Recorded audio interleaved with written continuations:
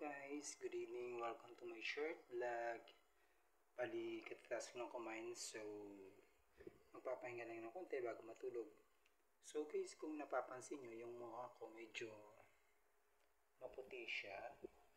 Well, ang una kong ginamit, nakita ko sa TikTok tsaka sa mga Facebook. So bumili ako, nag-try ako. Una kong ginamit itong BC toner. Maganda siya totally. Hindi mo na kailangan na mag-foundation or mag-polo. Basta pag nakailang araw ka nang gumamit yun, makikita mo yung pagbago. Medyo ang kinis ng mukha mo, tapos flawless. So, continuous lang hanggang maubos to or bumili uli kayo ng isa para mas maganda sa mukha. And then, kung napapansin niyo yung shiny ng mukha ko, medyo madilim kasi sa kwarto, tsaka yung pagiging flawless ng mukha ko. Ito ang reason niyan. Nung isang araw, nanonood ako ng TikTok. Tapos, may nakita ako, actually nakikita niyo na rin siguro sa Facebook, yung round siya na meron siyang glittery na puti. Yan po-focus ko yan. Yung mga nakikita niyong glittery na puti yan, kapag pinahid niyo yan sa mukha niyo, magiging white yan. So kailangan talaga pag pinahid niyo sa mukha niyo ipantay. So normally ginagamit daw to twice a week. Papahid mo lang sa mukha mo. Meron siyang rejuvenating at saka yung nakabanat siya ng skin. So, nag-try tayo, umorder tayo sa Lazada. So, eto na yun guys. Hindi ko siya mabasa kung anong pangalan niya kasi it's Chinese guys, Chinese. Pero, maganda siya. Ang ganda ng packaging niya. Maganda ng takip niya. Tsaka, maganda yung mabango yung niya, yung laman niya. So, tinry ko yan guys. If you can see, you can notice my paste.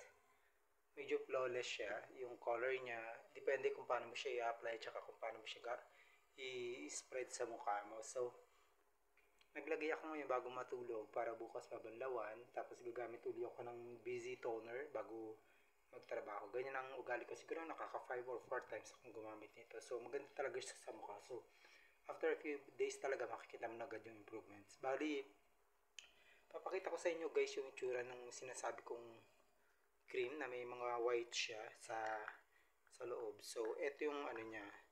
Pinubusan ko lang siya sa may paa. So, ganito guys ang itsura ng loob niya. Yan.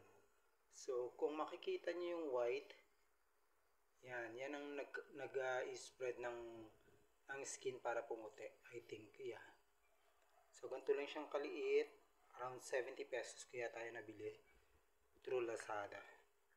So, depende na lang siguro kung tunay or peke yung mabibili nyo. Pero, as of now naman, mukhang effective siya sa mukha. So, ito yung packaging niya. Magandang packaging niya. It's gold. It's nice. So, yun, as of now, yan ang ginagamit ko. Hindi ako gumagamit ng anuman sa mukha ko. Water lang pagkagising, then BC. And that's it.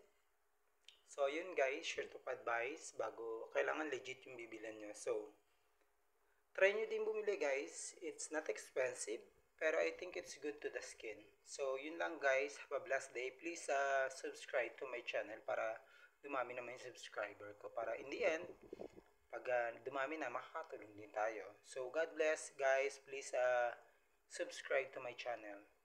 Have a good night. Bye-bye.